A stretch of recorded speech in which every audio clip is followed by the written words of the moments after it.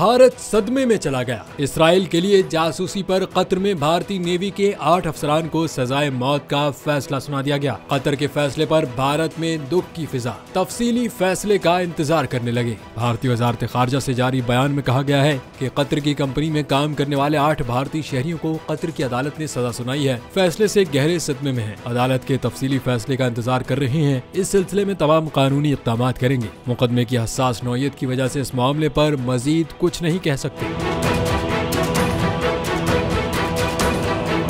ख्याल रहे कि कतर में काम करने वाले भारतीय बहरिया के 8 साबिक एहलकारों को इसराइल के लिए जासूसी के इल्जाम में 2022 में गिरफ्तार किया गया था। भारतीय बहरिया के ये साबिक एहलकार कतरी बहरिया के लिए साजो सामान बनाने वाली कंपनी में काम कर रहे थे। भारतीय मीडिया के मुताबिक भारतीय मुल्ज़मान पर कतर के लिए इटली में तैयार करदा आबदोजों की खरीदारी की तफसीलात इसराइल को देने का इल्जाम था।